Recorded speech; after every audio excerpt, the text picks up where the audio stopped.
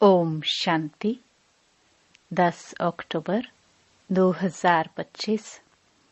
बाबा के महावाक्य।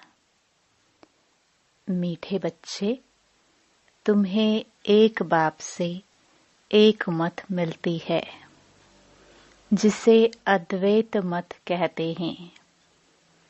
इसी अद्वैत मत से तुम्हें देवता बनना है। प्रश्न।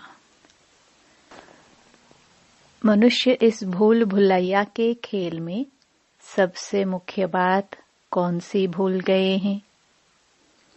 उत्तर, हमारा घर कहाँ है उसका रास्ता ही इस खेल में आकर भूल गए हैं।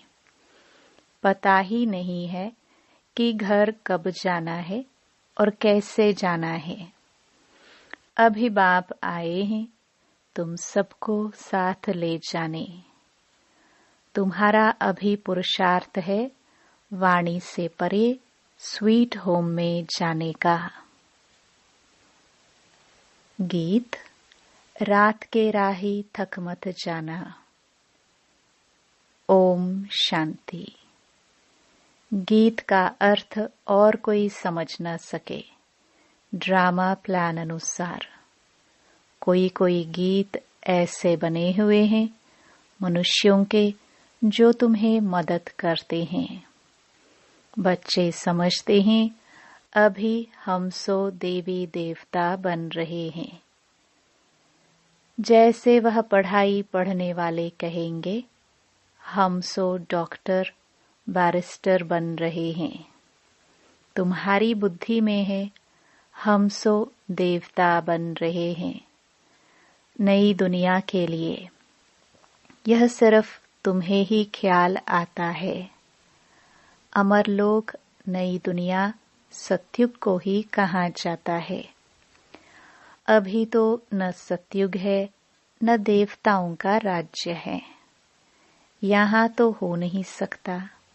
तुम जानते हो यह चक्र घूमकर अभी हम कलयुग के भी अंत में आकर पहुँचे हैं और कोई की भी बुद्धि में चक्र नहीं आएगा। वह तो सतयुग को लाखों वर्ष दे देते हैं। तुम बच्चों को यह निश्चय है बरोबर यह 5000 वर्ष बाद चक्र फिरता रहता है। मनुष्य 84 जन्म ही लेते हैं। हिसाब है ना। इस देवी देवता धर्म को अद्वैत धर्म भी कहा जाता है। अद्वैत शास्त्र भी माना जाता है। वह भी एक ही है। बाकी तो अनेक धर्म है, शास्त्र भी अनेक है। तुम हो एक। एक द्वारा एक मत मिलती है। उसको कहा जाता है अद्वैत मत। यह अद्वैत मत तुमको मिलती है। देवी देवता बनने के लिए यह पढ़ाई है ना। इसलिए बाप को ज्ञान सागर नॉलेजफुल कहा जाता है। बच्चे समझते हैं हमको भगवान पढ़ाते हैं नई दुनिया के लिए। यह भूलना नहीं चाहिए। स्कूल में स्टूडेंट कभी टीचर को भूलते हैं क्या? नहीं। गृहस्थ व्यवहार में रहने वाले भी जास्ती पोजीशन पाने के लिए पढ़ते हैं। तुम भी गृहस्थ व्यवहार में रहते हुए पढ़ते हो अपनी उन्नति करने के लिए। दिल में यह आना चाहिए हम बेहद के बाप से पढ़ रहे हैं। शिव बाबा भी बाबा है। प्रजापिता ब्रह्मा भी बाबा है। प्रजापिता ब्रह्मा आदिदेव नाम बाला है। सिर्फ पास्ट हो गए हैं।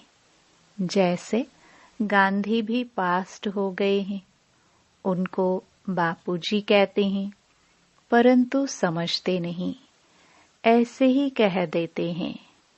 यह शिव बाबा सच सच है। ब्रह्मा बाबा भी सच सच है। लौकिक बाप भी सच सच होता है। बाकी मेयर आदि को तो ऐसे ही बापू कह देते हैं। वह सब हैं आर्टिफिशियल, यह है रियल। परमात्मा बाप आकर आत्माओं को प्रजापिता ब्रह्मा द्वारा अपना बनाते हैं। उनके तो जरूर ढेर बच्चे होंगे। शिव बाबा की तो सब संतान हैं, उनको सब याद करते हैं। फिर भी कोई कोई उनको भी नहीं मानते, पक्के नास्तिक होते हैं, जो कहते हैं यह संकल्प की दुनिया बनी हुई है। अभी तुमको बाप समझाते हैं, यह बुद्धि में याद रखो, हम पढ़ रहे हैं। पढ़ाने वाला है शिव बाबा। यह रात दिन याद रहना चाहिए। यही माया घड़ी घड़ी भुला देती है, इसलिए याद करना होता है। बाप, टीचर, गुरु तीनों को भूल जाते हैं। है भी एक है, फिर भी भूल जाते हैं। रावण के साथ लड़ाई इसमें है। बाप कहते हैं, हे आत्माएं, तुम सतो प्रधान थी, अभी तमो प्रधान बनी हो। जब शांति धाम में थी तो पवित्र थी। प्योरिटी के बिगर कोई आत्मा ऊपर में रह नहीं सकती। इसलिए सब आत्माएं पतित पावन बाप को बुलाती रहती हैं। जब सभी पतित तमो प्रधान बन जाते हैं, तब बाप आकर कहते हैं, मैं तुमको सतो प्रधान बनाता हूँ। तुम जब शांति धाम में थे तो वहाँ सब पवित्र थे। अपवित्र आत्मा वहाँ कोई रह न सके। सबको सजाए भोग कर पवित्र जरूर बनना है। पवित्र बनने बिगर कोई वापस जा न सके। भल कोई कह देते हैं, ब्रह्म में लीन हुआ, फलाना ज्योति ज्योत समाया। ये सब है भक्ति मार्ग की अनेक मतें। तुम्हारी यह है अद्वैत मत। मनुष्य से देवता तो एक बाप ही बन सकते हैं। कल्प कल्प बाप आते हैं पढ़ाने। उनकी एक्ट हूबहू कल्प पहले मुआफिक ही चलती है। यह अनादि बना बनाया ड्रामा है ना। सृष्टि चक्र फिरता रहता है। सतयुग, त्रेता, द्वापर, कलयुग, फिर है यह संगम युग। मुख्य धर्म भी यह है डीटीज्म, इस्लामिज्म, बुद्धिज्म, क्रिश्चियनिज्म, अर्थात जिसमें राजाई चलती है। ब्राह्मणों की राजाई नहीं है, न कौरवों की राजाई है। अभी तुम बच्चों को घड़ी घड़ी याद करना है बेहद के बाप को। तुम ब्राह्मणों को भी समझा सकते हो। बाबा ने बहुत बार समझाया है। पहले पहले ब्राह्मण चोटी है, ब्रह्मा की वंशावली पहले पहले तुम हो। यह तुम जानते हो। फिर भक्ति मार्ग में हम ही पूज्य से पुजारी बन जाते हैं। फिर अभी हम पूज्य बन रहे हैं। वह ब्राह्मण गृहस्थी होते हैं, न कि सन्यासी। सन्यासी हठ योगी हैं। घर बार छोड़ना हठ है ना। हठ योगी भी अनेक प्रकार के योग सिखाते हैं। जयपुर में हठ योगियों का भी म्यूजियम है। राजयोग के चित्र है नहीं। राजयोग के चित्र है ही यहाँ दिलवाड़ा में। इनका म्यूजियम तो है नहीं। हठयोग के कितने म्यूजियम हैं। राजयोग का मंदिर यहाँ भारत में ही है। यह है चैतन्य। तुम यहाँ चैतन्य में बैठे हो। मनुष्यों को कुछ भी पता नहीं कि स्वर्ग कहाँ है। दिलवाड़ा मंदिर में नीचे तपस्या में बैठे हैं, पूरा यादगार है। जरूर स्वर्ग ऊपर ही दिखाना पड़े।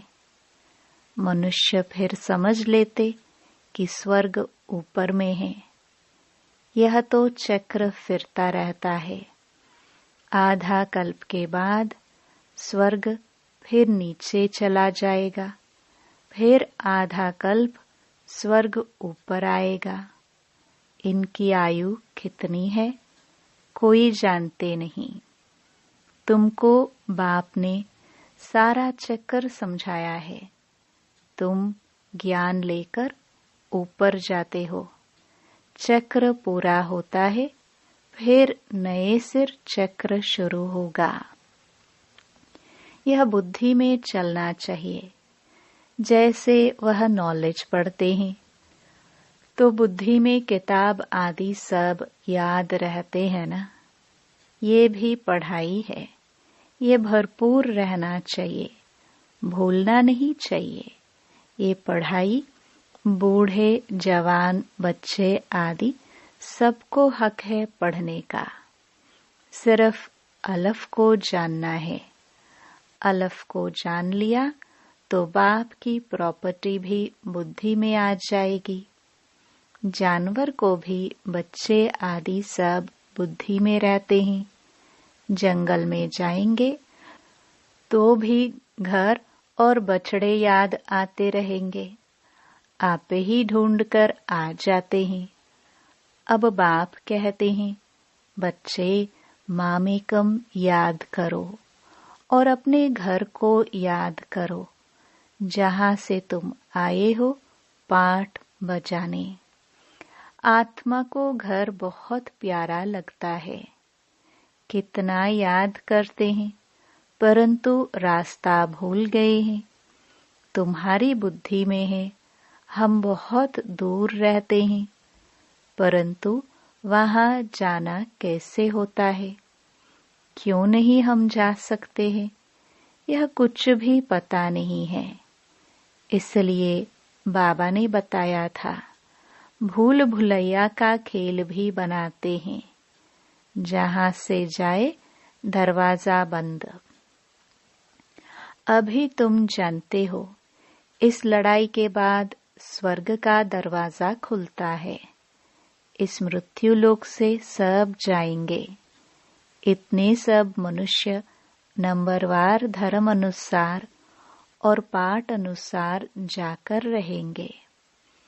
तुम्हारी बुद्धि में ये सब बातें हैं। मनुष्य ब्रह्म तत्व में जाने के लिए कितना माथा मारते हैं। वाणी से परे जाना है। आत्मा शरीर से निकल जाती है तो फिर आवाज नहीं रहता। बच्चे जानते हैं हमारा तो वह स्वीट होम है। फिर देवताओं की है स्वीट राजधानी, अद्वैत राजधानी। बाप आकर राजयोग सिखलाते हैं, सारी नॉलेज समझाते हैं, जिसके फिर भक्ति में शास्त्र आदि बैठ बनाए हैं। अभी तुमको वह शास्त्र आदि नहीं पढ़ना है। उन स्कूलों में बूढ़िया आदि नहीं पढ़ती है। यहाँ तो सब पढ़ते हैं। तुम बच्चे अमरलोक में देवता बन जाते हो।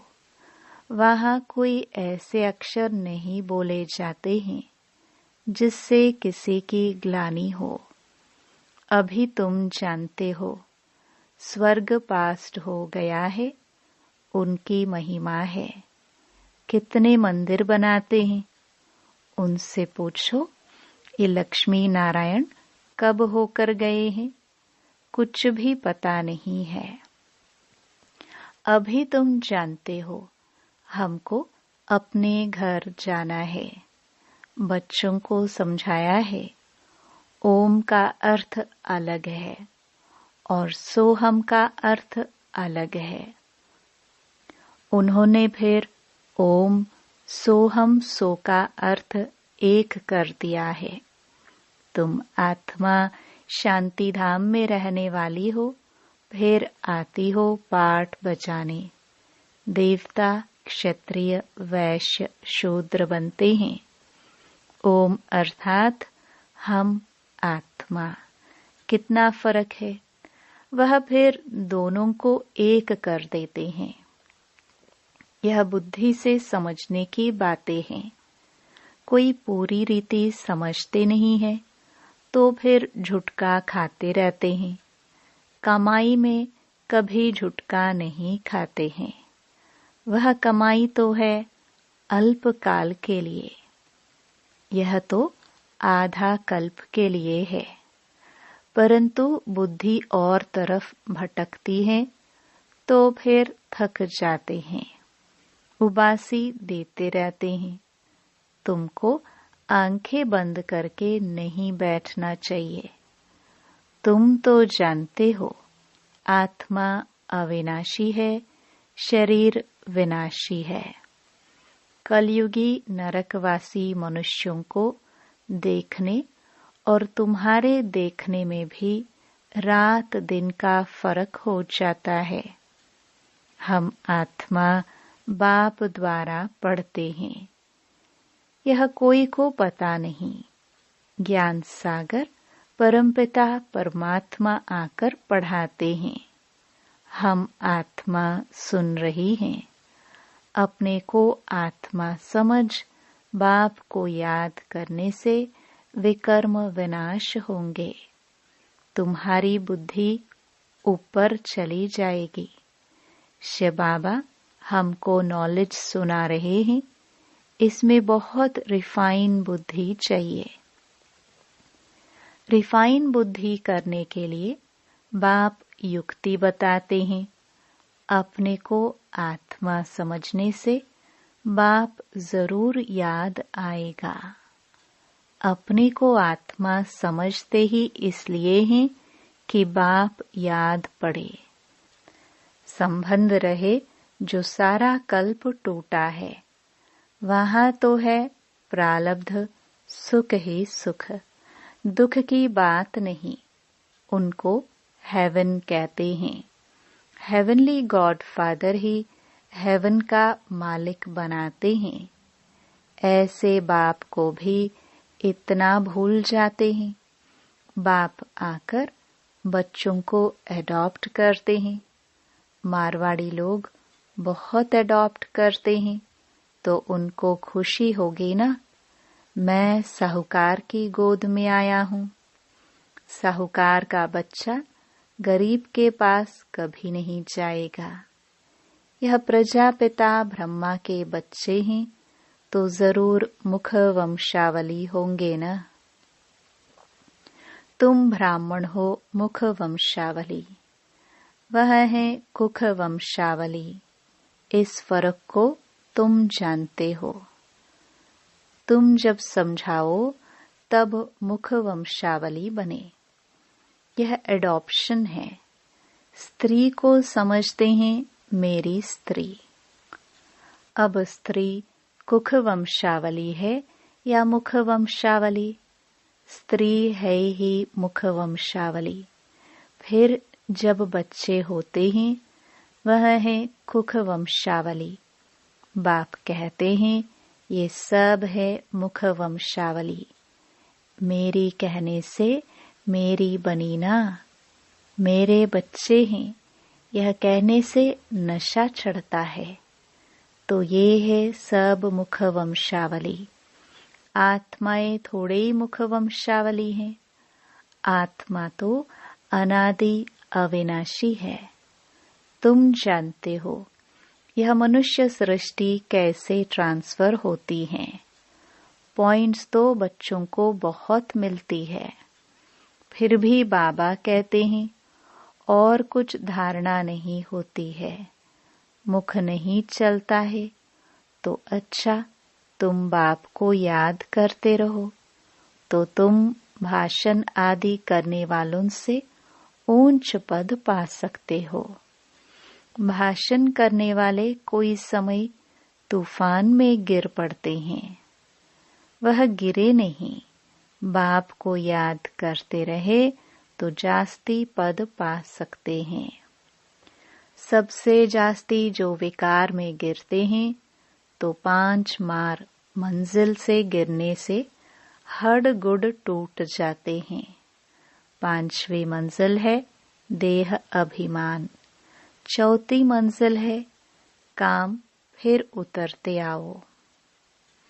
बाप कहते हैं काम महाशत्रु है। लिखते भी हैं बाबा हम गिर पड़े। क्रोध के लिए ऐसे नहीं कहेंगे कि हम गिर पड़े। काला मोह करने से बड़ी चोट लगती है। फिर दूसरे को कह न सके कि काम महाशत्रु है। बाबा बार बार समझाते हैं क्रिमिनल आंखों की बहुत संभाल करनी है। सतयुग में नंगन होने की बात ही नहीं। क्रिमिनल आई होती नहीं, सिविल आई हो जाती है। वह है सिविलियन राज्य। इस समय है क्रिमिनल दुनिया। अभी तुम्हारी आत्मा को सिविलाइज मिलती है जो 21 जन्म काम देती है। वहां कोई भी क्रिमिनल नहीं बनते। अब मुख्य बात बाप समझाते हैं, बाप को याद करो और 84 के चक्र को याद करो। ये भी वंडर है जो श्री नारायण है, वही अंत में आकर भाग्यशाली रथ बनते हैं। उनमें बाप की प्रवेशता होती है तो भाग्यशाली बनते हैं। ब्रह्मा सो विष्णु, विष्णु सो ब्रह्मा। यह 84 जन्मों की हिस्ट्री बुद्धि में रहनी चाहिए। अच्छा, मीठे मीठे सिखिलदे बच्चों प्रति मात पिता बाप दादा का याद प्यार और गुड मॉर्निंग। रूहानी बाप की रूहानी बच्चों को नमस्ते। धारणा के लिए मुख्य सार। पहला, बाप की याद से बुद्धि को रिफाइन बनाना है। बुद्धि पढ़ाई से सदा भरपूर रहे। बाप और घर सदा याद रखना है और याद दिलाना है। दूसरा, इस अंतिम जन्म में क्रिमिनल आई को समाप्त कर सिविल आई बनानी है। क्रिमिनल आंखों की बड़ी संभाल रखनी है। वरदान, दातापन की स्थिति और समाने की शक्ति द्वारा सदा विघ्न विनाशक समाधान स्वरूप भव।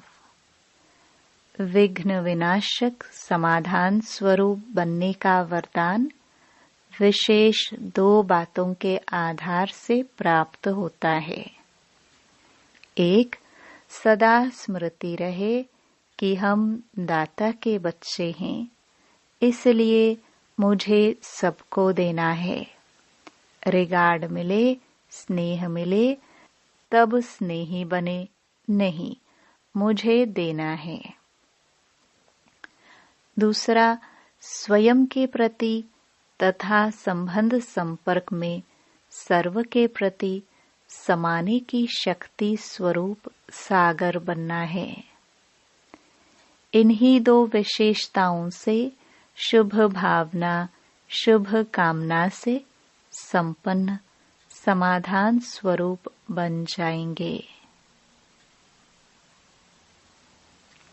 स्लोगन, सत्य को अपना साथी बनाओ तो आपकी नैया नाव कभी डूब नहीं सकती।